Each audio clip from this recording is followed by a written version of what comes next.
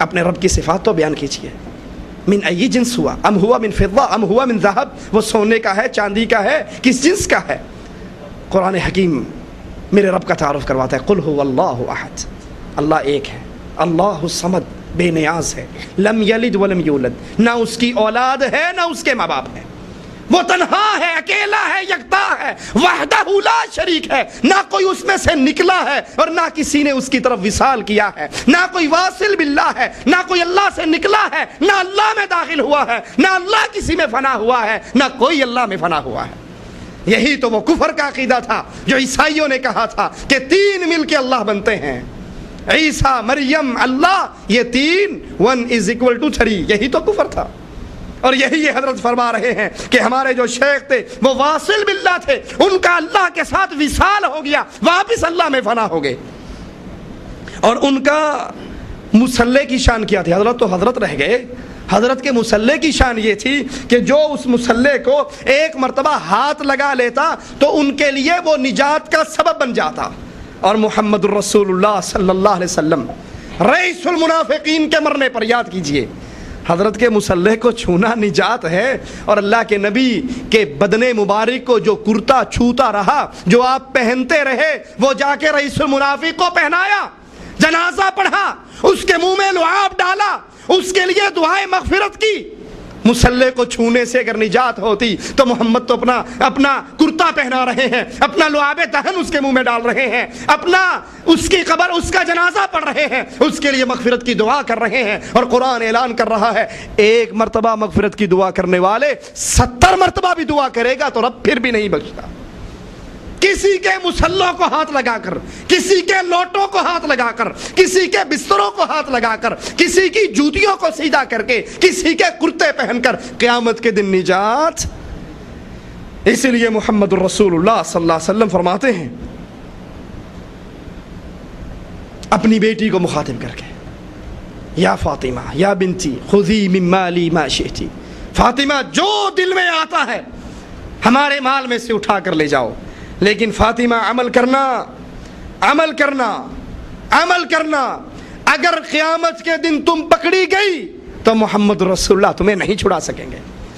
آپ نے فرمایا اے میری امت، کہیں یہ نہ ہو قیامت کا دن ہو، اونٹ تمہاری گردنوں کو اپنے منہ میں دبو چکا ہو، تم بلبلا رہے ہو، مجھے تلاش کر رہے ہو، اور حشر میں مجھے تلاش کر کے میرے پاس آؤ اور کہو اے نبی ہماری مدد کیجئے.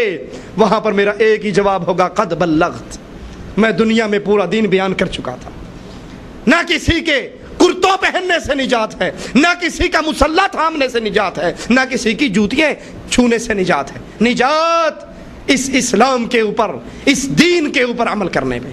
اور جب دین اسلام کے ساتھ عقیدے میں شرک داخل ہوگا، جب دین اسلام کے ساتھ بزرگوں کو وہ طاقتیں دی جائیں گی کہ یہ جو چاہے تصرف کر گزرے، اللہ کے حقوق پہ جیسے مرضی ڈاکہ ڈال لیں، تو پھر سمجھ لیجئے یہ دین انسان کا شرک کی لعنت کی وجہ سے برباد ہو جاتا. یہ صفحہ 77 ہے. یہاں پہ فرماتے ہیں عبداللہ خان رئیس کا گھوڑوں کا استبل تھا، ویران کوٹری تھی. انگریز رشید احمد گنگوہی کو گرفتار کرنا چاہتے تھے. یہ آ کر اس کی کوٹڑی میں چھپ گئے. کہتے ہیں خدا جانے مخبر کون اور کس بلا کا پتلا تھا جس نے عین وقت پر روپوشی کی کوٹڑی تک متعین بھی کر دیا. چنانچہ پولیس انگریز افسر گھوڑوں پر سوار ہوئے اور حضرت کے عبداللہ خان کے استقبال میں پہنچ گئے. ادھر ادھر کی باتیں کی، گویا اپنے نا وقت آنے کو چھپا رہے ہوں. جہاں دیدہ تجربہ کار دور سے تاڑ گئے. لیکن اب کیا کریں، چلتے چلتے چلتے گھوڑوں کہا میں تیرے گھوڑے خریدنے کے لیے آیا ہوں. اچانک اس کوٹڑی پہ پہنچے جہاں مولانا رشید احمد گنگوہی بند تھے تو فوراً ہاتھ مار کے دروازہ کھول دیا. کہا ادھر دروازہ کھلا، ادھر عبداللہ خان کا دل اچھل کے اس کے حلق میں آ گیا کہ بس ابھی حضرت پکڑے جائیں گے، میری تو خیر ہے، میں تو جو مارا گیا سو مارا گیا، حضرت بھی پکڑے جائیں گے. کہا لیکن اچانک کیا دیکھتا ہوں کہ حضرت کا مصلی بھی ہے، لوٹا بھی ہے، اور پانی وضو کا زمین پہ گرا ہوا بھی ہے، لیکن کوٹڑی خالی ہے. تو کہا میں دل ہی دل میں حضرت کی کرامت پر داد عیش دینے لگا کہ واہ حضرت کیا کمال ہے. ہم سارے کھڑے دیکھ رہے ہیں، حضرت غائب ہیں. تو وہ انگریز کہنے لگا بھائی اس کوٹڑی میں کیا کرتے ہو؟ کہا جی یہ نماز کا وقت ہے، ہم نماز یہاں پڑھتے ہیں۔ کہا نماز تو مسجد میں ہوتی ہے۔ کہا نفل یہاں پڑھتے ہیں، فرض مسجد میں پڑھتے ہیں۔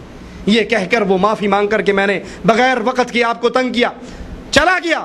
کہا میں نے دروازہ بند کیا، واپس آیا، آ کر دروازہ کھولا تو کیا دیکھتا ہوں، حضرت سلام پھیر رہے ہیں، وہیں بیٹھے نماز پڑھ رہے ہیں۔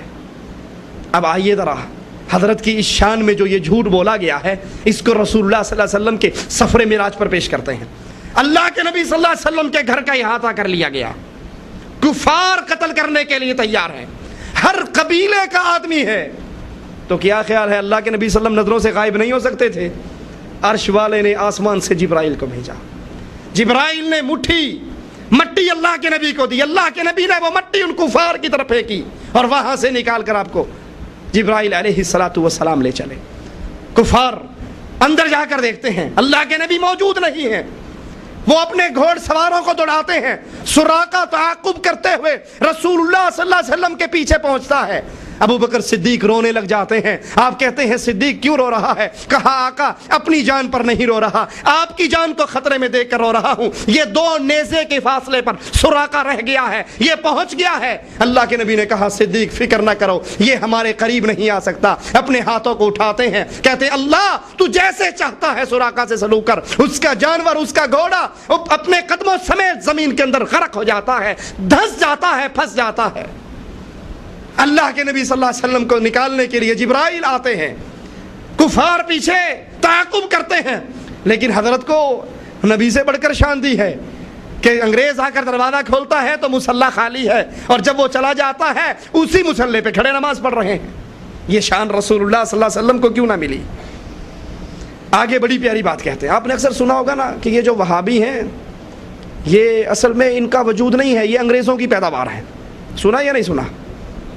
یہ انگریزوں کی پیداوار ہیں، بس یہ انگریزوں کے زمن سے پیدا ہوئے، انگریزوں کے بے ہی خواہ ہیں، اصل میں ان کی کوئی اصل نہیں۔ حالانکہ ہماری اصل کب سے ہے؟ جب سے محمد رسول اللہ ہے۔